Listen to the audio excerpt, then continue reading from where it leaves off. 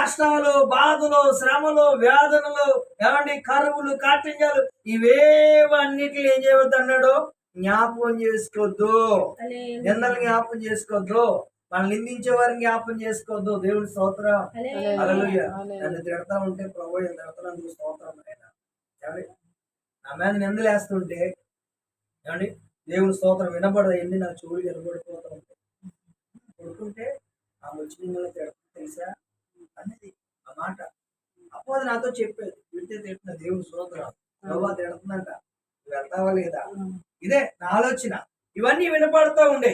పిల్లలు ఇక్కడ అంటున్నాడు, మునుపటిని జ్ఞాపకం చేసుకుని గాని పూర్వకాలపు సంగతులను తలంచొద్దు. మనం చింతలోకి వెళ్ళిపోతాం, వరి అయిపోతాం. ఏమండి ఒత్తిడంతా ఆ బ్రెయిన్కి ఎట్టేసాను అనుకోండి, ఏమైపోతామా? డాక్టర్ గారు ఉందా చిలని ఇట్టేస్తారు. దేవుని స్తోత్రం. బీపీ